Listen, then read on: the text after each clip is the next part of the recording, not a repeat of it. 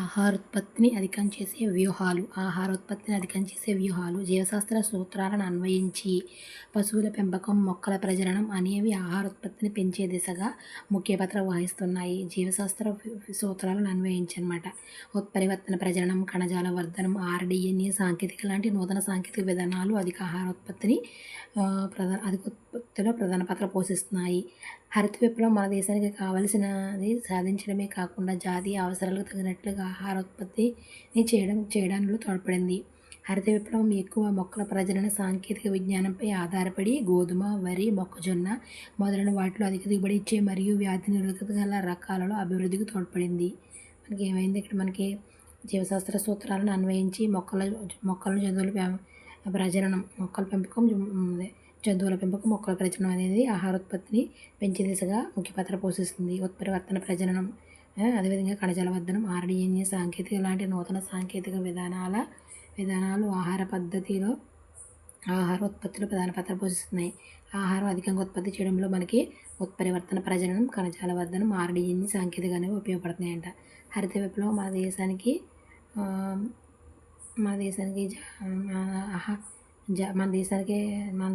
కావాల్సిన సాధించడమే కాకుండా జాతీయ అవసరాలకు తగినట్లుగా ఆహార ఉత్పత్తి చేయడంలో తోడ్పడింది. హరిత విప్లవం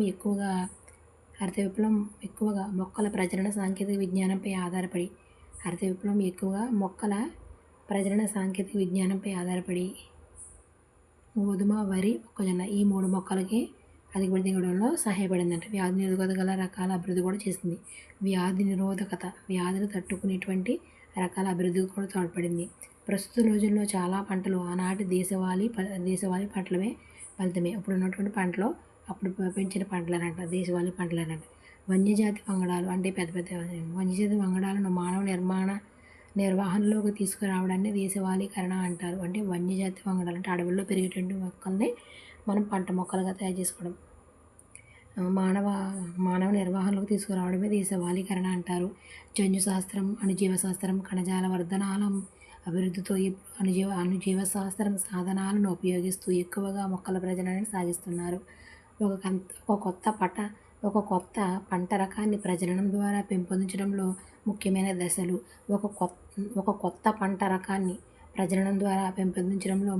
దశలు. ఈ ఎన్ని దశలు పాటించడం. ఫస్ట్ ఏంటి? వైవిధ్యశీలమైనటువంటి జన్యు పదార్థాన్ని సేకరించాలి. సేకరించినటువంటి దాన్ని చేసి జనకుల ఎంపిక చేయాలి. తర్వాత ఎంపిక చేసిన జనకుల మధ్య సంకరణం చేయాలి. తర్వాత సంకరణ చేసాం కదా, వర్ణనం, మేలైన పునఃసంయోజనాలు పరీక్షించడం. సంకరణ చేసిన తర్వాత ఏవి మేలైనవో వర్ణం సెలక్షన్ ద్వారా మేలైన పునఃసంయోజనాలను పరీక్షించగదా. ఈ పరీక్షించడం, విడుదల, కొత్త సాగు రకాల వ్యాపీకరణం. పరీక్షించిన తర్వాత మళ్ళీ విడుదల చేస్తారు. కొత్త రాగు సకాల వ్యాపారీకరణ అంటే కొత్తవి వస్తాయి అన్నమాట. దీని ద్వారా చేస్తారు.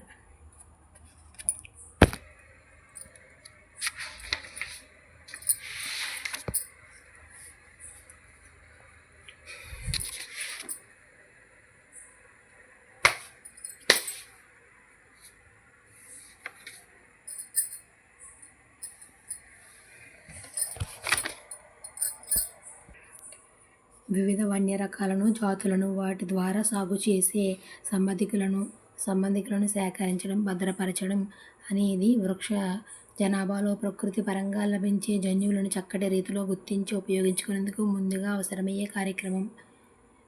వివిధ రకాల వన్య రకాలను, జాతులను, అదేవిధంగా జాతులను వాటి ద్వారా సాగు చేసి సంబంధికులను సేకరించడం, భద్రపరచడం అనేక వృక్ష జనాభాలో ప్రకృతి పరంగా లభించే జన్యువులను చక్కటి రీతిలో గుర్తించి ఉపయోగించుకోవడం ముందుగా అవసరమయ్యే కార్యక్రమం. ఏంటి? మన ప్రజననం అనగానే దానికి రీజన్.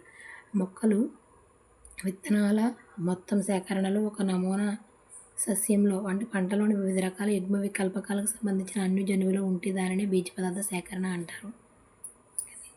ఎక్స్ప్లెనేషన్ ఇచ్చారా? విత్తనాల మొత్తం సేకరణలో ఒక నమూనా సస్యంలోని ఒక పంటలోని వివిధ రకాల యుగ్మ వికల్పాలకు సంబంధించిన అన్ని జన్యువులు ఉంటే దానిని విధివదన సేకరణ అంటారు. ఎంపిక చేసిన మొక్కలను శుద్ధి చేసిన సంకరణంలో ఉపయోగిస్తారు. ఎంపిక చేసిన మొక్కలను వృద్ధి చేసిన బీజ పదార్థ సేకరణ ఎంపిక చేసిన మొక్కలను వృద్ధి చేసిన సంకరణ ప్రక్రియలో ఉపయోగిస్తారు. ఒక రకం వంగడంలోనికి వీలైన ఎక్కువ లక్షణాలను సంకరణం ద్వారా ప్రవేశపెట్టవచ్చు. రెండు జనకుల మధ్య సంకరణం చేసినప్పుడు స్వపరాగ సంపర్కాన్ని నిరోధించడానికే స్త్రీజనక మొక్క ద్విలింగ పుష్పాలను విపుంసీకరణం జరపాలి. అవాంఛనీయమైన పరాగ సంపర్కాన్ని నిరోధించడానికి విపుంసీకరణ జరిపినప్పుడు పుష్పంపై బాగింగ్ చేయాలి, అంటే కవర్ కప్పేయాలి. సంకరాలు కాని జనకులు ఎక్కువగా బహిర్గతమయ్యే జన్యువులను కలిగి ఉంటాయి. అందువల్ల అవి వాటి జనకుల కంటే మేలైనవిగా ఉంటాయి. భారతదేశంలో వ్యవసాయం దాదాపు 33% స్థూల జాతీయోత్పత్తిని కలిగి ఉంటుంది. వ్యవసాయంలో 62% జనాభాకు ఉద్యోగాలు కల్పిస్తుంది. 32% జీడీ ఉత్పత్తిని కలిగి ఉంటుందంట వ్యవసాయం. ఇండియాలోని వ్యవసాయం 33% స్థూల జాతీయోత్పత్తిని, అంటే గ్రాస్ డొమెస్టిక్ ప్రొడక్ట్ని కలిగి ఉంటుంది. అదేవిధంగా 62% మందికి ఉద్యోగాలు ఇస్తుందట. 1960 మధ్యకాలంలో వివిధ వృక్ష ప్రజనన సాంకేతిక పరిజ్ఞానం ఫలితంగా అధిక దిగుబడినిచ్చే గోధుమ, వరి రకాలను అభివృద్ధి పరచడంతో మన దేశంలో ఆహారోత్పత్తి పెరుగుదల నాటకీయంగా జరిగిందని దీనిని హరిత విప్లవం దిశగా చూపిస్తారు.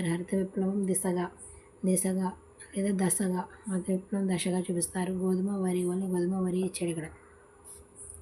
ఇందాకైతే గోధుమ, వరి, మొక్కజొన్న ఉంది కదా. గోధుమ,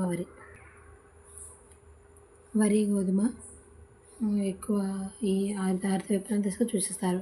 1960 నుంచి 2000 మధ్య కాలంలో గోధుమ ఉత్పత్తి 11 మిలియన్ టన్నుల నుంచి 75 మిలియన్ టన్నుల వరకు పెరిగింది. 11 మిలియన్ టన్నుల నుంచి గోధుమ 11 మిలియన్ టన్నులు ఎక్కడ, 75 ఎక్కడ, 75 అంటే 10 రెట్లు, 7 రెట్లు ఎక్కువే. 11 మిలియన్ టన్నుల నుంచి 75 మిలియన్ రెట్లు పెరిగింది. అదేవిధంగా వరి ఉత్పత్తిలో 35 మిలియన్ టన్నుల నుంచి 35 మిలియన్ నుంచి 889.5 మిలియన్ టన్నులకు పెరిగింది. చూసావా, 35 మిలియన్ టన్నుల నుంచి 889.5 మిలియన్ టన్నులకు చేరిందండి. అంతర్జాతీయ గోధుమ మొక్కజొన్న అభివృద్ధి కేంద్రం అంతర్జాతీయ గోధుమ మొక్కజొన్న అభివృద్ధి కేంద్రకం ఎక్కడ ఉందంటే మెక్సికోలో ఉంది. అంతర్జాతీయ గోధుమ ప్లస్ మొక్కజొన్న అభివృద్ధి కేంద్రం మెక్సికోలో ఉంది. నార్మన్ బోర్లాగ్ హరిత విప్లవ పితామహుడు గోధుమలో పాక్షిక వామన వృక్షాలను వృద్ధి చేశాడు. అవి ఏంటంటే మనకి కళ్యాణ్ సోనాలి లాంటి గోధుమ రకాలను అధిక దిగుబడి ప్లస్ వ్యాధి నిరోధకగలవి. భారతదేశంలో గోధుమ పండించే అన్ని ప్రాంతాలలో స్వామినాథన్ ప్రవేశపెట్టాడు. అంటే ఎవరో నార్మన్ బోర్లాగ్ గోధుమలలో పాక్షిక వామన రకాలను వృద్ధి చేశాడు. కళ్యాణ్ సోనాలి లాంటి గోధుమ రకాలను భారతదేశం గోధుమ పండించే అన్ని ప్రాంతాలలో స్వామినాథన్ ప్రవేశపెట్టాడు అనమాట. ఎవరో కళ్యాణ్ సోనాలి లాంటి గోధుమ రకాలను భారతదేశంలో గోధుమ పండించే అన్ని ప్రాంతాలలో స్వామినాథన్ ప్రవేశపెట్టాడు. IR8 అనే పాక్షిక వామన వృక్షాల వరి రకాన్ని ఫిలిప్పైన్స్ నుంచి భారతదేశానికి పునఃస్థాపన చేశారు. Philippines IARI Indian agriculture research institute ఫిలిప్పైన్స్లో ఉందన్నమాట. అదేవిధంగా అంతర్జాతీయ గోధుమ మొక్కజొన్న అభివృద్ధి కేంద్రం ఎక్కడ ఉందంటే మెక్సికోలో ఉంది. దీన్ని ఎవరు అభివృద్ధి చేశారంటే నార్మన్ బోర్లాగ్ అనమాట. అంటే కళ్యాణ్ ఇతను తీసుకొచ్చాడు. ఓకే. నెక్స్ట్ వచ్చేసి తాయ్చుంగ్ నేటివ్ 1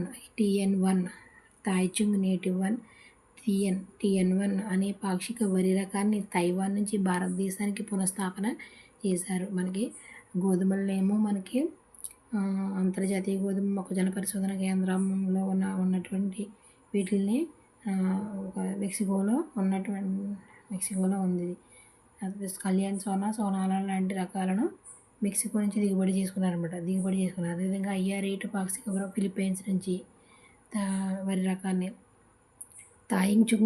తాయిచుంగ్ నేటివ్ 1 పాక్షిక వరి రకాన్ని తైవాన్ నుంచి. అదేవిధంగా భారతదేశం అభివృద్ధి చేసిన పాక్షిక వామన వృక్షాలు ఏంటంటే జయ రత్న 1966 అనుకుంటా కదా.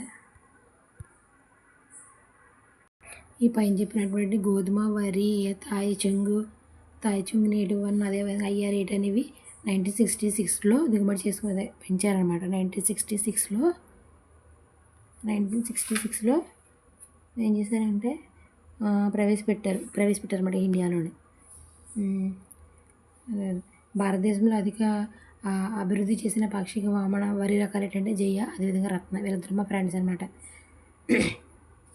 భారతదేశంలో సాధారణంగా సాగు చేసే చెరకు రకం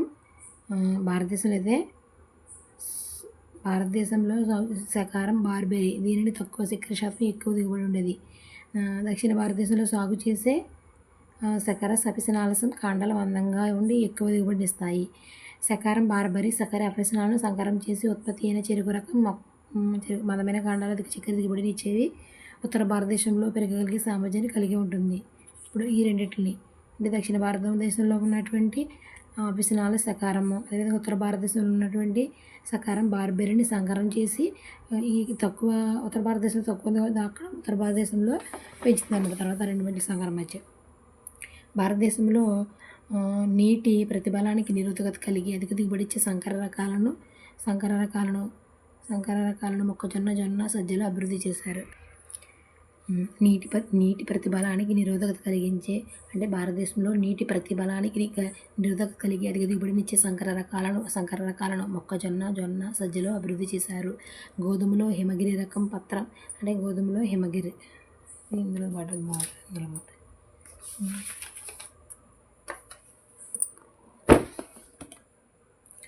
గోధుమలో హిమగిర్ అంటే పత్ర చారల కుంకుమ తెగులు, హిల్బంట్ తెగులు. హిమగిరి హిల్బంట్ అంటే హిల్బంట్ వ్యాధి ప్రతినిరోధక చూపే వ్యాధులు అంటే వ్యాధి ప్రతినిరోధకత చూపే రకాలన్నమాట. ఈ రకం హిమగిరి రకం అనేది గోధుమలోదన్నమాట. హిమగిరి అనే రకం పత్ర మరియు చారల కుంకుమ తెగులకు వ్యాధి నిరోధకత చూపుతుంది. ఈ బ్రాసికా గోధుమ రకానికి చెందినటువంటి హిమగిరి రకం అనమాట. తర్వాత బ్రాసికా అంటే ఆవాలంటే పూస. బ్రాసికలు ఎలా ఉంటాయి, ఆవాల చూడటానికి ఎలా ఉంటాయి, పూసలా ఉంటాయి. పూస స్వర్ణిం లోపలేమో స్వర్ణం కలర్లో ఉంటాయి, అలా గుర్తుపెట్టుకో. పూస స్వర్ణిం. కరణ్ రాయ్ తెల్ల కుంకుమ తెగులుకు వ్యాధి నిరోధకత చూపుతుందన్నమాట. బ్రాసికాలోని పూస స్వర్ణం అనే రకం. తర్వాత కాలీఫ్లవర్ని శుభ్రంగా కడుగు స్నాబాల్ అని చెప్తుందన్నమాట. అంటే పూస శుభ్ర, పూస స్నోబాల్ K1 అంటే నల్ల కుళ్ళు మరియు ముడత బ్లైట్ నల్ల కుళ్ళు. కాలీఫ్లవర్ అనేది పైన చూసారా నల్లగా ఉంటుంది, అప్పుడు డ్యామేజ్లు అవి ఉంటాయి. నల్ల కుళ్ళు, ముడత, బ్లైట్ నల్ల కుళ్ళు. బొబ్బర్లు వచ్చేసి కోమలి బొబ్బర్లతోని బ్లైట్ బొబ్బర్లు. పూస కోమల్ బ్యాక్టీరియల్ బ్లైట్. మిరప సదా గుర్తుపెట్టుకో. పూస సదా బహార్. మిరప మొజాయిక్ వైరస్, పొగాకు మొజాయిక్ వైరస్ మరియు ఆకుముడత. మనకి మొక్కల ప్రజననం ద్వారా వ్యాధి నిరోధకత. శిలీంధ్రాలు, బ్యాక్టీరియా, వైరస్లు వ్యాధి జనకాల వల్ల సాగు చేసే నైపుణ్యాలు తగ్గి సాగు చేసే సస్యజాతుల దిగుబడి తగ్గిపోతుంది. ముఖ్యంగా ఉష్ణమండలాల్లో ఈ పంట నష్టం గణనీయంగా కనబడుతుంది. 20-30% వరకు లేదా కొన్ని సందర్భాల్లో మొత్తం పంట నష్టం జరుగుతుంది అన్నమాట. 20 లేదా 30%. వ్యాధి నిరోధకతను అభివృద్ధి చేయడం అన్నమాట. బ్యాక్టీరియాలు ఇట్లన్నిటిని ఉపయోగం అంటే శిలీంధ్ర ఉత్పత్తి చేయడం వల్ల శిలీంధ్ర నాశనకారులు ఇవన్నీ కీటక నాశనకారులు పెస్టిసైడ్స్ ఉపయోగించడం తగ్గుతుందన్నమాట. ఇవి ఏంటంటే మనకి శిలీంధ్ర ద్వారా ప్రజననం చేసే ముందు వ్యాధి కలగజేసే జీవి అది వ్యాప్తి చెందే విధానం తెలుసుకోవడం ముఖ్యం. ప్రజననం చేసే ద్వారా చూడండి శిలీంధ్రాల ద్వారా కొన్ని వ్యాధులు. కుంకుమ తెగులు. శిలీంధ్రాల ద్వారా మనకి కుంకుమ తెగులు ఏదైనా వస్తుందన్నమాట. శిలీంధ్రాలు ఉదాహరణకి గోధుమలో గోధుమ వర్ణ కుంకుమ తెగులు. చెరకులో ఎర్ర కుళ్ళు తెగులు. బంగాళాదుంపలో ఆకు తి ఆకు ఆకు తెగులట. బంగాళదుంప ఆకు తెగులు బ్లైట్ అంటారు. ఇదేంటి మనకి శిలీంధ్రాల ద్వారా గోధుమలోని, చెరకులోని అదేవిధంగా బంగాళదుంపలో వస్తుంది. బ్యాక్టీరియాల ద్వారా క్రూసిఫెర్ల వల్ల నల్లటి కుళ్ళు అంటే శైవలాలు అనుకుంటారు, శిలీంధ్రాలు అనుకుంటారు, కానీ కాదు. బ్యాక్టీరియాల ద్వారానే క్రూసిఫెర్ల నల్ల కుళ్ళు, వైరస్ల ద్వారా పొగాకు mosaic virus, turnip mosaic virus మొదలైనవి. టర్నిప్ వైరస్ ఉత్పరివర్తనం అనేది ఆనువంశికమైన మార్పు, వైవిధ్యం. ఉత్పరివర్తనం చెందే జీవిని ఉత్పరివర్తతం అంటారు. మ్యూటెంట్. ఉత్పరివర్తనాలు కలిగించే భౌతిక రసాయన కారకాలను ఉత్పరివర్తన జనకాలు అంటారు. కాల్చిసిన్, మాన్స్టర్డ్ వాయువు, నైట్రస్ ఆక్సైడ్, మాలిక్ హైడ్రాక్సైడ్ మొదలైనవి రసాయన కాల్చిసిన్, మస్టర్డ్ వాయువు, నైట్రస్ ఆక్సైడు, మస్టర్డ్ వాయువు, నైట్రస్ ఆక్సైడు, మాలిక్ హైడ్రజైడు MH మొదలగు రసాయన పదార్థాలను ఉత్పరివర్తన జనకాలు. ఆల్ఫా కిరణాలు, బీటా కిరణాలు, గామా కిరణాలు, యువి కిరణాలు, ఎక్స్ కిరణాలు భౌతిక ఉత్పరివర్తన జనకాలు. ఉత్పరివర్తనాలను సస్యాభివృద్ధికి అంటే మొక్కల జననంలో ఉపయోగిస్తుందని ఉత్పరివర్తన ప్రజననం అంటారు. పెసలు మనకి ఇక్కడ ఉత్పరివర్తన ప్రజనన ప్రక్రియలో మనకి పెసలలో ఉత్పరివర్తన ఉపయోగించడం ద్వారా పెసల్లో పసుపచ్చ ఈనుల మొజాయిక్ వైరస్, బూడిద తెగులు వ్యాధులకు వ్యాధి నిరోధకతను ఉత్పరివర్తన ప్రజననం ద్వారా ఏర్పరిచారు. ఉత్పరివర్తన ప్రజననం ద్వారా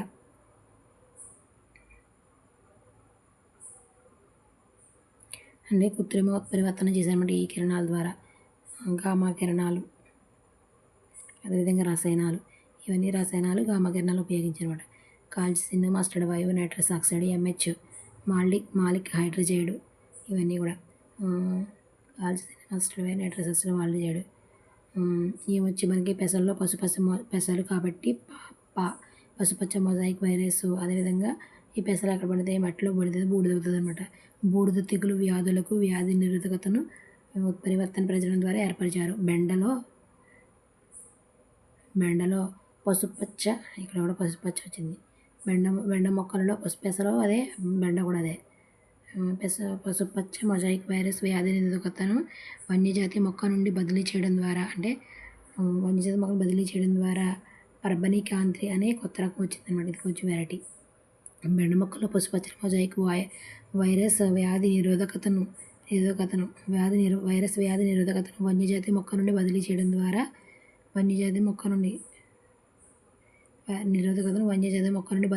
ద్వారా పర్బన క్రాంతి అనే కొత్త రకం ఏర్పడింది. చాలా మొక్కలలో చీడల నిరోధకత అనేది పత్రాలపై ఉండే కేశాల వల్ల కలుగుతుంది. అంటే చాలా మొక్కలలోని చీడల నిరోధకత అనేది కేశాల వల్ల పత్రాలపై కేశాలు ఉండడం వల్ల జరుగుతుంది. పత్తిలో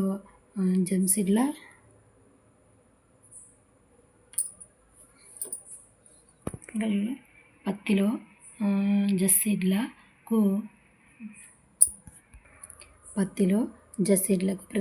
నిరోధకత. గోధుమలో ధాన్యపత్ర పురుగు పత్తిలో జస్సిడ్ల ప్రతినిరోధకత. గోధుమలో ధాన్యపత్ర పురుగు నిరోధకత. గోధుమలోనే గట్టి కాండాలు కాండ సాప్లైకు నిరోధకతను చూపుతాయి. కాండ సాప్లై అనేది ఒక పురుగేమో ఒకవేళ. కాండ సాప్లైకు నిరోధకత చూపుతాయి. సన్నగా ఉండే ఆకులు, మకరందం లేని పత్తి రకాలు, సన్నటి ఆకులు కలిగి ఉండాలి. అదేవిధంగా మకరందం లేని పత్తి రకాలు కాయతొలుచు పురుగు నిరోధకతను చూపుతాయి. అధిక ఆస్టార్బిక్ ఆమ్లం, తక్కువ నత్రజని, తక్కువ చక్కెర శాతం, ఆస్పర్టిక్ ఆమ్లం అధిక ఆస్పర్టిక్ ఆమ్లం, తక్కువ నత్రజని, తక్కువ చక్కెర ఉండడం వల్ల మొక్కజొన్నలో కాండం తొలిచే పురుగుల ప్రతినిరోధకతగా చూపుతుంది. అధిక ఆస్పర్టిక్ ఆమ్లం, తక్కువ నత్రజని, తక్కువ చక్కెర శాతం ఉండడం వలన ఏ మొక్కలో వ్యాధి నిరోధకత జరుగుతుందంటే మొక్కజొన్నలో మనం కాండం తొలిచే పురుగుల నుంచి మొక్క పురుగులకు నిరోధకత అవుతుంది. ప్రతినిరోధకత జన్యువుల మూలంగా సాగు చేస్తున్న రకాలు, సస్యశీల బీజ పదార్థ సేకరణ వన్య సంబంధికుల నుంచి వస్తుందంట. ప్రతినిరోధకత జన్యువుల మూలంగా సాగు చేస్తున్న రకాల సస్యాల బీజ పదార్థ సేకరణ లేదా బీజ పదార్థ సేకరణ లేదా వన్య సంబంధికుల నుంచే వస్తుంది. నెక్స్ట్ వచ్చేసి బాసికాలో అదే గౌరవం అనే రకం ఇక్కడ చూద్దామే. బ్రాసికా దీన్ని రాఫ్ సీడ్స్ ఆవాలు దీనికి పోసా గౌరవం అపిడ్స్కి నిరోధకత చూపుతుందన్నమాట. అంటే బ్రాసికా ఆవాల్లోని పోసా గౌరవం అనే రకం ప్రజననం ద్వారా సంకరణం వరణం తర్వాత కీటక చీడల ప్రతినిరోధకతను చూపే కొన్ని విడుదల చేసిన వన్య మొక్కల రకాలన్నమాట. ఇవి ఈ పీడల నుంచి తప్పించుకుంటాయి అన్నమాట. ఇప్పుడు ఈ పోసా గౌరవం అనేది అపిడ్స్ నుంచి వ్యాధి నిరోధకత చూపగలుగుతుంది. అదేవిధంగా వెడల్పైన చిక్కుళ్ళు ఫ్లాట్ బీన్స్ వచ్చేసి మనకి పోసాసెమ్ 2 పోసాసెమ్ 3 వెడల్పుగా ఉన్నాయి కాబట్టి 2, 3 పెట్టుకో. దీనికి జెస్సిడ్స్ అపిడ్స్ మరియు అదేవిధంగా ఫలం తొలిచే పురుగులు, మనం చిక్కుడుకాయలు వలిచినప్పుడు లోపల పురుగు ఉండి తినేస్తుంది కదా గింజలను, అది అనమాట. ఫలం తొలిచే పురుగులకు ఇది వ్యాధి నిరోధకత చూపుతుంది. తర్వాత ఓకరా అంటే బెండ, దీన్ని లేడీస్ ఫింగర్ అని కూడా అంటారు. కొత్త పేరు చూడండి, బెండకాయనే ఓకరా అంటారు. దీనికి పోసా సవాని ప్లస్ పోసా A4 బెండకాయలో లేడీస్ ఫింగర్ అంటే మనకి 5 ఫింగర్స్ ఉంటాయి కానీ ఇక్కడ A4 ఇచ్చాడు. 4 పోసా A4. కాండం ఫలం తొలిచేవి బెండకాయలో కూడా మనకి ఉంటాయి. ఆ లోపల పురుగులు ప్రకాండం అదేవిధంగా ఫలం తొలిచేవి ఇక్కడ బొమ్మలు వేసాను. మొక్కల ప్రజననం ద్వారా పెరిగే ఆహార నాణ్యత. ప్రపంచంలో 840 మిలియన్ల కంటే ఎక్కువ ప్రజలకు ప్రతిరోజు వారికి సరిపడా కావాల్సిన ఆహారం పోషక విలువలు అనేవి లేవంట. ఎంతమందికి? ప్రపంచవ్యాప్తంగా మనకి 840, 8లో సగం ఎంత? 4 క్యాపిటల్ గుర్తుపెట్టుకో, 8లో సగం 4, 840 మిలియన్ల కంటే ఎక్కువ ప్రజలకు ప్రతిరోజు వారికి సరిపడా కావాల్సిన ఆహారం పోషక విలువలు అనేవి లేవు. ఇంకా ఎక్కువ సంఖ్య అంటే 3 బిలియన్ల కంటే ప్రజలు, ఇంకా ఎక్కువ సంఖ్య అంటే 3 బిలియన్లు. ఇందాకది 840 మిలియన్లు, ఇదేమో 3 బిలియన్ల ప్రజలు సూక్ష్మ మూలకాలు అంటే ఇందాక చెప్పుకున్నది ఏంటి? ఆహారం, వారికి సరిపడా కావాల్సిన ఆహారం, రోజువారీ పోషక విలువలు. ఆ పోషక విలువలు ఏంటో చూద్దాం. అవి సూక్ష్మ మూలకాలు, ప్రోటీన్లు, విటమిన్ల లోపాలతో లేదా కనిపించని ఆకలితో ఎంతమంది బాధపడుతున్నారు ప్రపంచవ్యాప్తంగా అంటే 3 బిలియన్ల మంది అనమాట. దీనికి కారణం వారు ఇవన్నీ ఖరీదు చేసే స్థితిలో ఉండడం అన్నట్టు. ఈ కూరగాయలు అన్నీ అవసరమైన సూక్ష్మ మూలకాలను ఆహారంలో లేకపోవడంతో ముఖ్యంగా అవసరమైన సూక్ష్మ పోషకాలు ముఖ్యంగా విటమిన్ ఏ, అయోడిన్, జింకు అడుగుతున్నమాట. విటమిన్ ఏ, అయోడిన్, జింకు ఆహారం లేకపోతే వ్యాధుల బారిన పడడం ఎక్కువ అవ్వడం, జీవితకాలం కుచించుకుపోవడం, మానసిక సామర్థ్యం దెబ్బతినడం జరుగుతుంది. విటమిన్ అంటే ఇవి లేకపోవడం వల్ల వ్యాధుల బారిన పడడం ఎక్కువ అవడం, జీవితకాలం కుచించుకుపోవడం, తక్కువ జీవితకాలం బతకడం, మానసిక సామర్థ్యం దెబ్బతినడం అంటే తెలివితేటలు లేకపోవడం జరుగుతుంది. సస్యాలలో విటమిన్లు, లవణాల స్థాయిలను అధికం చేయడం, అధిక ప్రోటీన్లు, ఆరోగ్యవంతమైన కొవ్వు లాంటి అంశాలపై దృష్టి సారించడం ద్వారా సమాజ ఆరోగ్య స్థితి పెంపొందించడాన్ని బయోఫోర్టిఫికేషన్ అంటారు.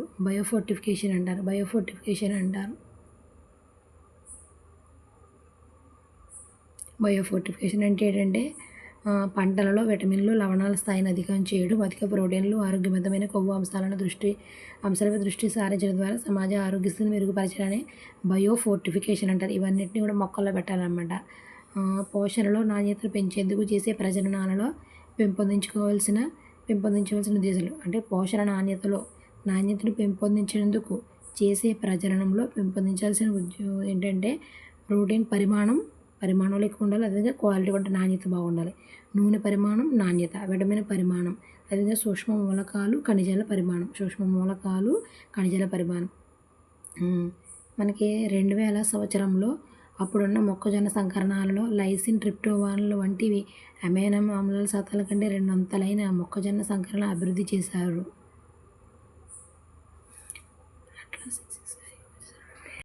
బయోఫోర్టిఫికేషన్ ద్వారా మనకి ప్రోటీను, నూనె, విటమిన్లు, సూక్ష్మమూలకాలు ఈ బయోఫోర్టిఫికేషన్కి అవసరమైనవి పెంపొందించేందుకు కావాల్సిన ఉద్దేశాలు కింది వాటిలో కానిది అయింది అన్నాడు. ప్రోటీన్ పరిమాణం ఉండాలి. కార్బోహైడ్రేట్స్ లేవో ఓన్లీ ప్రోటీన్లు, నూనెలు, విటమిన్స్ ప్లస్ సూక్ష్మమూలకాలు, ఖనిజాల పరిమాణం. నెక్స్ట్ చూసుకో, అట్లాస్ 66 అనే గోధుమ రకం ఎక్కువ ప్రోటీన్ పరిమాణాన్ని కలిగి ఉంటుంది. అదేవిధంగా అట్లాస్ 6 అనేదంట. సంకర మొక్కజొన్నలో లైసిన్, ట్రిప్టోఫాన్ల పరిమాణం మామూలు మొక్కజొన్నలో కన్నా రెట్టింపుగా ఉంటుంది. సంకర మొక్కజొన్నలో మనకి లైసిన్, ట్రిప్టోఫాన్ల పరిమాణం మామూలు మొక్క కన్నా ఎక్కువ ఉంటుంది.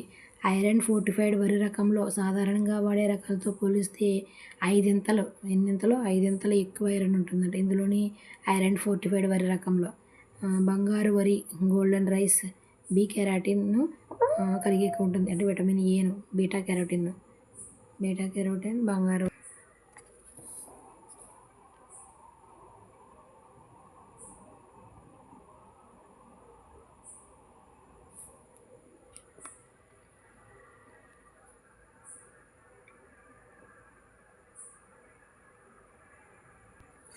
వెడల్పు చిక్కుడులో రకం వచ్చేసి లాబో, ఫ్రెంచ్ బీన్స్ ఓన్లీ బీన్స్ అనే ఉంది కదా.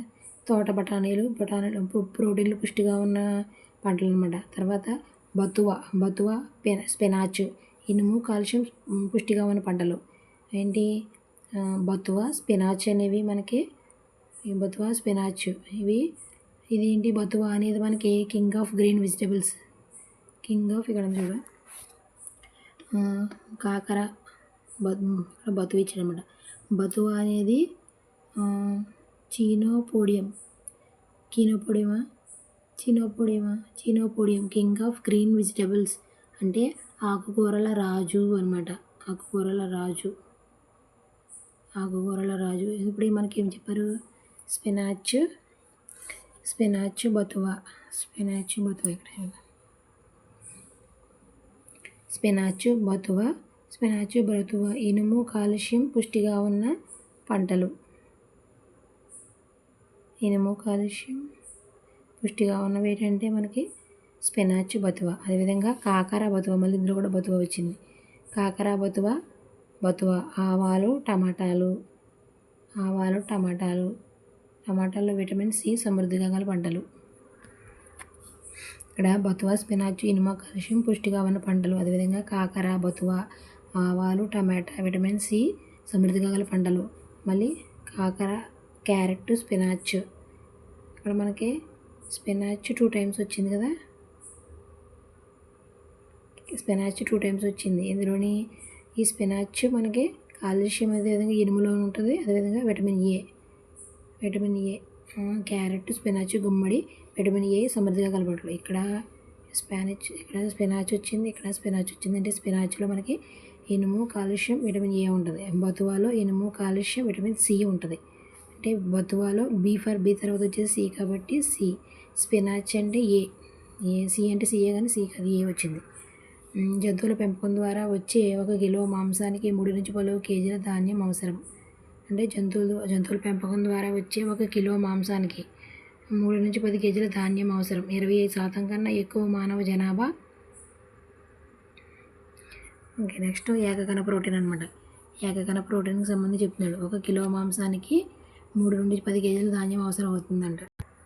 20% కన్నా ఎక్కువ మానవ జనాభా ఆకలి బాధ, పోషకాహార లోపాలతో బాధపడుతున్నారు. 24% కన్నా ఎక్కువే మానవ జనాభా ఆకలి బాధ ప్లస్ పోషకాహార లోపాలతో బాధపడుతుంది. మానవుల పోషణకు కావలసిన ప్రోటీన్ మూలకానికి ఒక ప్రత్యామ్నాయంగా ఏకకణ ప్రోటీన్, సింగిల్ కార్బో ప్రోటీన్, ఏకకణ ప్రోటీన్ ప్రత్యామ్నాయం ఏకకణ ప్రోటీన్. శైవలాలు, శిలీంధ్రాలు, బ్యాక్టీరియాలను ఏకకణ ప్రోటీన్ల ఉత్పత్తికి ఉపయోగిస్తారు. బ్యాక్టీరియాలను ఏకకణ ప్రోటీన్ల ఉత్పత్తిగా ఉపయోగిస్తారు. ఏకకణ ప్రోటీన్ ఉత్పత్తిలో ఉపయోగించే తంతురూప నీలి హరిత శైవలం స్పైరులినా మ్యాక్సిమా. ఏకకణ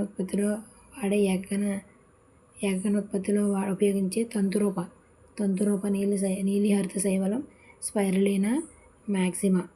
అదేవిధంగా ఏకకణ శైవలాలు కొరెల్లా పైరినాయిడోజా మరియు సెనిడెస్మిస్ క్యూటస్. ఏకకణ శిలీంధ్రాలు ఇవి శైవలాలు అన్నమాట. ఇందులో పట్టిక ఉంది, పట్టి చూద్దాము. ఏకకణ ప్రోటీన్లుగా వినియోగించే సూక్ష్మజీవులు కొన్ని ఉదాహరణలు: శైవలాలు, శిలీంధ్రాలు, బ్యాక్టీరియాలు. శైవలాలు వచ్చేసి spirulina maxima, chlorella పైరినాయిడోజా, Corella spirulina, Corella, తర్వాత సెనిడెస్మస్ ఆక్యూటస్. ఇది ఇంపార్టెంట్, చాలా ఇంపార్టెంట్ అని చెప్పారు సార్. పట్టికలన్నీ చాలా ఇంపార్టెంట్.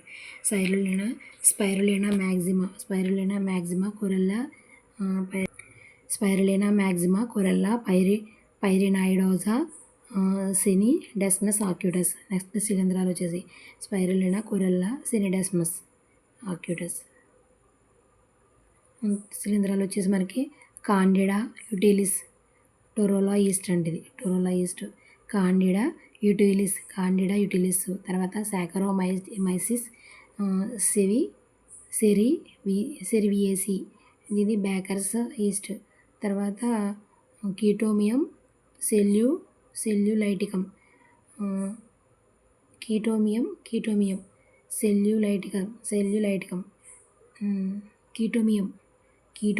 సెల్యులైటికం. ఇవన్నీ కూడా మనకి శిలీంధ్రాలు అన్నమాట. ఎలా గుర్తుపెట్టుకుంటాం? కాండిడా యుటిలిస్, టొరోలా ఈస్ట్ అంట. కాండిడా క్యాండిల్ గుర్తుపెట్టుకో, క్యాండిల్. తర్వాత సాకరోమైసిస్ సెరివియేసి. ఇది మనకి సాకర్ అంటే మనకి చెరుకు అనుకో, చెరుకు అంటే బేకర్స్ ఈస్ట్, చెరుకుని బేకర్లో పేరుస్తారు. తర్వాత కాండిడా యుటిలిస్, కీటోమియం సెల్యులైటికం, ఈ రెండు కూడా కామనే వచ్చినాయి. కాఫర్ కాండిడా, కీఫర్ కీటోమియం. తర్వాత bacteria brevibacterium ketoglutamicum, brevibacterium ketoglutamicum. ఇక్కడ కీటో ఉంది చూడు, ఇక్కడ కీటోమియం, ఇదేమో కీటోమియం, ఇక్కడ అది కీటోగ్లుటామికం. కీటోమియం సెల్యులైటికం. తర్వాత నెక్స్ట్ వచ్చేసి మిథైలోపిలస్ మిథైలోట్రాపస్. మిథైలోపిలస్ ఒకటి, మిథైలోట్రాపస్ రెండు. ఒకటి పిలస్, ఒకటి ట్రాపస్. ట్రాపస్. బ్రెవి బ్యాక్టీరియం, సారీ ఇందులోనే బ్యాక్టీరియం ఉంది కూడా, ఎలా తెలిసిపోద్దిలే. బ్రెవి బ్యాక్టీరియం కీటోగ్లుటామికం, మిథైలోపిలస్, మిథైలోట్రాపస్. ఇవన్నీ కూడా మనకి ఏకకణ ప్రోటీన్లుగా ఉపయోగించే సూక్ష్మజీవులు అన్నమాట. శైవలాలు 3, శిలీంధ్రాలు 3, బ్యాక్టీరియాలు 2 అన్నమాట. 20%. 200 కిలోల బరువు కలిగిన ఒక ఆవు ప్రతిరోజు 200 గ్రాము ప్రోటీన్ ఉత్పత్తి చేస్తుంది. అంటే 250 కేజీల బరువు కలిగిన ఆవు 200 గ్రాములు 200 గ్రాముల ప్రోటీన్ని ఉత్పత్తి చేస్తుంది. 250 గ్రాములు కలిగిన మిథైలోట్రాపస్ అనే సూక్ష్మజీవి ప్రతిరోజు 25 టన్నుల ప్రోటీన్ ఉత్పత్తి చేస్తుంది. 250 గ్రాముల ఇది గ్రాములు. మిథైలోట్రాపస్ అనే సూక్ష్మజీవి ప్రతిరోజు 25 టన్నుల, అంటే 25 గ్రాములు కలిగినటువంటిది ఇది 25 టన్నుల ప్రోటీన్ ఉత్పత్తి చేస్తుందంట. జీవసాంకేతిక ప్రక్రియ ద్వారా ఏర్పడే ఆహార ఉత్పత్తులు ఏకకణ ప్రోటీన్లు మరియు జీవసాంకేతిక ప్రక్రియ ద్వారా ఆహారోత్పత్తులు ఏంటంటే ఏకకణ ప్రోటీన్లు మరియు పుట్టగొడుగులు. పోషక యానకంపై కణజాలం అవయవం పెంచి పోషక యానపై కణం కానీ కణజాలం కానీ అవయవం కానీ పెంచి దాని నుండి సంపూర్ణ మొక్కను పునరుత్పత్తి చేయడాన్ని కణజాల వర్ధనం లేదా సూక్ష్మవ్యాప్తి అంటారు. మొక్కల్లో ఏ భాగాన్నైనా తీసుకుని పరీక్షనాళికలో సూక్ష్మజీవరహిత పరిస్థితుల్లో ప్రత్యేక పోషక యానకంపై పెంచినట్లయితే అది సంపూర్ణ మొక్కగా పునరుత్పత్తి చెందే భాగాన్ని ఎక్స్ప్లాంట్ అంటారు. ఎక్స్ప్లాంట్ అంటే ఏదైనా భాగాన్ని తీసుకుని ఒక పరీక్షనాళికలో సూక్ష్మజీవరహిత పరిస్థితుల్లో ప్రత్యేక పోషక యానకంపై పెంచినట్లయితే అది సంపూర్ణ మొక్కగా పునరుత్పత్తి చెందే భాగాన్ని సంపూర్ణ ఎక్స్ప్లాంట్ అంటారు. ఒక కణం లేదా ఎక్స్ప్లాంట్ తనలోని అంతర్గత సామర్థ్యంతో పూర్తి మొక్కగా పునరుత్పత్తి చెందడాన్ని టోటిపోటెన్సీ అంటారు. ఒక కణం లేదా ఎక్స్ప్లాంట్ తనలోని అంతర్గత సామర్థ్యంతో టోటిపోటెన్సీ అంటారు. ఒక పోషక యానకంలో మనకి సుక్రోజ్ ఉంటుంది. కార్బనేతర లవణాలు అంటే కార్బన్కి సంబంధించినవి కాకుండా విటమిన్లు, అమైనో ఆమ్లాలు, పెరుగుదల హార్మోన్లైన ఆక్సిన్లు, సైటోకైన్లు కలిగి ఉంటుంది. సూక్ష్మజీవులను నశింపచేయడానికి ఆటోక్లేవ్తో సూక్ష్మజీవరహితం చేస్తారు. ఆటోక్లేవ్తో వర్ధన యానకాన్ని ఆటోక్లేవ్లో 15 పౌండ్ల పీడనం 121 డిగ్రీల సెంటీగ్రేడ్ వద్ద 15 మినిట్స్ ఉంచుతారు. అంటే ఆటోక్లేవ్లో సూక్ష్మజీవులు నశింప చేస్తారు. 15 పౌండ్ల పీడనం. ఎన్ని పౌండ్లు? 15 పౌండ్ల పీడనం. 15 పౌండ్ల పీడనం 121 డిగ్రీల వద్ద 15 నిమిషాలు. 15 పౌండ్ల పీడనం వద్ద 15 నిమిషాలు 121 డిగ్రీలు 121 డిగ్రీల వద్ద ఆటోక్లేవ్ చేస్తారన్నమాట. వర్ధన యానకాన్ని ఆటోక్లేవ్లో ఉంచాలి. ఇప్పుడు ఎక్స్ప్లాంట్ను వర్ధన పాత్రలో సూక్ష్మజీవరహిత పోషక యానకం మీద ప్రవేశపెట్టాలి. అంతర్నివేశనం అంటారు. వర్ధన పాత్రలో ఇలాగా చేసిందని వర్ధన పాత్రలో ప్రవేశపెట్టాలి. అంతర్నివేశనం అంటారు. పూర్తిగా అసంక్రామిక వాతావరణంలో జరుపుతారు అనగా దీనిని లామినార్ ఎయిర్ ఫ్లో ఉంచుతారు. ఇలా క్లీన్ చేసిన దాన్ని లోపల పంపుతారు ఒక వర్ధన పాత్రలోకి. దీన్ని లామినార్ ఎయిర్ ఫ్లో గదిలో ఉంచుతారు. వర్ధనాలను 3 నుంచి 4 వారాల పాటు ఇంక్యుబేట్ చేస్తారు. ఎక్స్ప్లాంట్ నుండి ఏర్పడే అవయవ విభేదనం చెందని కణాల సమూహాన్ని అందులో అవయవాలు అనేవి విభేదన చెందడం కాలస్ అంటారు. కాలస్ నుండి వేరు కాండాలు ఏర్పడడాన్ని అవయవోత్పత్తి అంటారు. కాలస్ నుండి పిండాలు వంటి నిర్మాణాలు ఏర్పడతాయి. వీటిని పిండాభాలు అంటారు. ఇవి ఏర్పడే దృగ్విషయాన్ని సాకీయ పిండోత్పత్తి అంటారు. కణజాల వర్ధనం ద్వారా ఏర్పడే పిండాలను సాకీయ పిండాలు అంటారు. కణజాల ద్వారా ఉత్పత్తి అయ్యే మొక్కలు జన్యుపరంగా అసలైన తల్లి లేదా మూలాధార మొక్కను పోలి ఉంటాయి. అందువల్ల వీటిని స్లోమా-క్లోనల్ అంటారు. ఈ మొక్కలు చూపే వైవిధ్యాలను స్లోమా-క్లోనల్ వైవిధ్యాలు అంటారు. మనకి టమాటా, అరటి, యాపిల్, టేకు, యూకలిప్టస్, వెదురు మొదలైన ఆర్థిక ప్రాముఖ్యత కలిగిన ఎన్నో మొక్కలను వర్ధనం ద్వారా వాణిజ్యపరంగా ఉత్పత్తి చేశారు. ఏంటి టమాటా కూడానా? అవును, టమాటా కూడా చేశారు. ఎందుకు అయి ఉండొచ్చు. టమాటా, అరటి, యాపిల్ కూరలో వేసుకునేది ఒకటి, అరటి, యాపిల్ తినేది ఒకటి. అదేవిధంగా టేకు, యూకలిప్టస్, వెదురు ఈ మనకి మంచాలు అవి చేసుకోవడానికి అనమాట. అధిక ఎన్నో ఉపయోగించారన్నమాట. మొక్కకు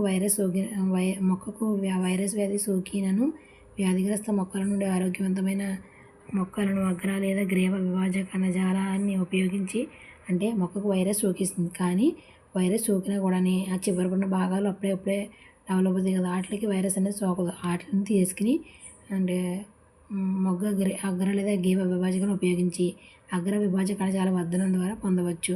అగ్ర లేదా గ్రీవ కణజాలంలో వైరస్ ఉండదు. తర్వాత అరటి, చెరకు, బంగాళదుంప. ఈ 3 కూడా కార్బోహైడ్రేట్స్ ఉంటాయి. మొక్కల్లో విభాజక కణజాలాన్ని వర్ధనం చేయడంలో శాస్త్రవేత్తలు సఫలీకృతమయ్యారు. అంటే విభాజక కణజాల వర్ధనం ద్వారా ఏ మొక్కల్లో సఫలీకృతమయ్యారంటే మనకి అరటి, చెరకు, బంగాళదుంప. ఇందాక మొక్కల కణజాల వర్ధనం ద్వారా కూడా అరటి వచ్చింది. ఇక్కడ కూడా అరటి వచ్చింది. విభాజక కణజాలంలో కూడా అరటి వచ్చింది. నగ్న కణాలను అంటే కణకవచం లేని కణాలు. నగ్న కణాలను జీవ పదార్థకాలు అంటారు. 2 భిన్న రకాలు చెందిన మొక్కల జీవ పదార్థకాలను సంయోగం చేయడం ద్వారా సంకర జీవ పదార్థకాలను పొందవచ్చు. అంటే 2 భిన్న రకాలకు చెందిన మొక్కల జీవ పదార్థకాలను సంకర జీవ పదార్థం అంటారు. సంకరణ జీవ పదార్థాలు తిరిగి వర్ధనం చేయడం ద్వారా కొత్త తరహా మొక్కలను పొందవచ్చు. వీటిలో శాఖీయ సంకరణాలు అని, ఈ ప్రక్రియను శాఖీయ సంకరణం లేదా జీవ పదార్థాల సంయోగం అని అంటారు. శాఖీయ సంకరణం అనే సాంకేతిక విధానం ద్వారా సాంప్రదాయ ప్రజనన అవరోధాలు దాటవచ్చు. అంటే శాఖీయ సంకరణం అనే సాంకేతిక విధానం ద్వారా సాంప్రదాయ ప్రజనన జనాలను దాటవచ్చు. పొటాటో మరియు టమాటోల జీవ పదార్థాల సంయోగం ద్వారా ఉత్పత్తి అయిన మొక్క పొమాటో. 1950లో ఎక్స్ప్లాంట్కు సంబంధించి చేశారన్నమాట ప్రయోగాలు. ఇక్కడ 1950లో శాస్త్రవేత్తలు ఎక్స్ప్లాంట్ అంటే ఏంటో చెప్పడం జరిగింది. కణజాల వర్ధనకు సంబంధించి. ఇక్కడ అదేవిధంగా పిండి పదార్థం మంచి ప్రోటీన్ల కోసం సూక్ష్మజీవులను పారిశ్రామికంగా పెంచుతున్నారు. శైవలాలు, శిలీంధ్రాలు, బ్యాక్టీరియాలు బంగాళదుంపలో ప్రాసెసింగ్ ప్లాంట్ నుంచి దీనిలో వచ్చే వ్యర్థాలు వ్యర్థజలాలు, ఎండుగడ్డి, మొలాసిస్, జంతువుల ఎరువులు పదార్థాలతో మురుగునీటిపై కూడా సూక్ష్మజీవులైన వంటి వాటిని సులభంగా పెంచవచ్చు. ఇవన్నీ కూడా మనకి ఒక ఆవు నుంచి 20 గ్రాములు వస్తుంటే 250 గ్రాములు మిథైలోట్రాపస్ అని 25 టన్నులు 25 టన్నులకి 25 గ్రాములు అక్కడ చూసుకోండి. ఇప్పుడు చూడండి కణజాల వర్ధన విధి విధానం అంట. ఫస్ట్ ఈ ఆనకం తయారీ.